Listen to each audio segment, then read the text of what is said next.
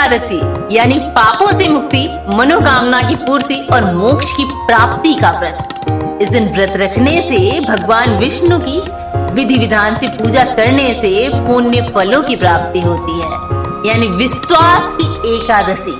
चलिए सुनते हैं एक छोटी सी कहानी एंट्रेंसिंग डेस्टिनी के साथ। बहुत समय पहले की बात है, एक छोटे से गांव जहां खेत ही जीवन थे, एक किसान परिवार रहता था।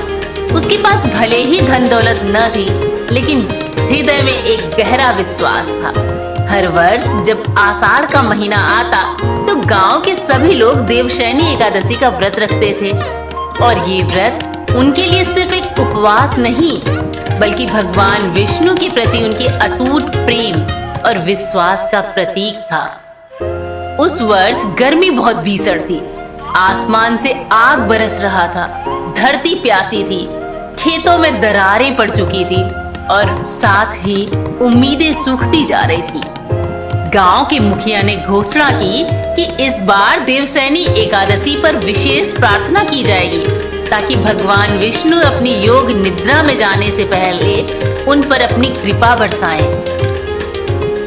अब जमुना नाम की एक बूढ़ी दादी, जिनके बेटे, बहू और नाती पोते थे, वो बहुत चिंतित थी, क्योंकि उनके नाती पोते भूख से बिलख रहे थे।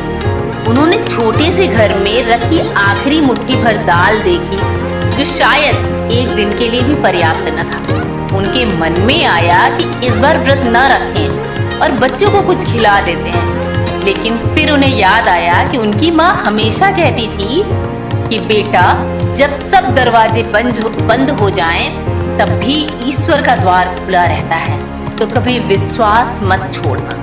ये बातें याद आते ही उनकी आंखों में आंसू आ गए। देवशयनी एकादशी का दिन आया। गांव के सभी लोग, चाहे कितने भी कष्ट में क्यों ना हो, भगवान विष्णु के मंदिर में एकत्रित हुए। जमुना दादी भी अपने कमजोर पैरों से चलती हुई वहां पहुंची। उन्होंने अपने साथ लाए हुए थोड़े से चावल और फूल भगवान को अर्पित किए। उनकी आंखों में आंसू थे और होठों पर एक शांत मुस्कान। उन्होंने प्रार्थना की, हे प्रभु, आप भले ही 4 महीने के लिए विश्राम करें, पर अपनी संतानों पर कृपा बनाए रखना। हम सब जानते हैं कि आपके बिना एक पत्ता भी नहीं हिलता। पूरे दिन गांव में कोई भी चूल्हा न जला। बच्चे भी बड़ों की लगन देखकर शांत बैठे थे। शाम होते ही जब सूरज ढल रहा था, अचानक आसमान में बादल छा गए। पहले तो हल्की सी बूंदाबांदी हुई, फिर तेज बारिश शुरू हो गई। पूरी रात बारिश होती रही। धरती ने अपनी प्यास बुझाई और किसानों के मुरझाए चेहरे खिल उठे। अगले दिन जब जमुना दादी ने देखा कि उनके खेत में भी पानी भर गया है, तो उनकी आंखों से खुशी के आंसू बह निकले। उन्हें लगा जैसे भगवान विष्णु ने अपनी योग निद्रा में जाने से पहले उनकी प्रार्थना सुन ली। गांव में चारों तरफ खुशहाली का माहौल था। लोगों ने एक दूसरे को गले लगाया और बोला, यह सिर्फ वर्षा नहीं, हमारे विश्वास की एकादशी है।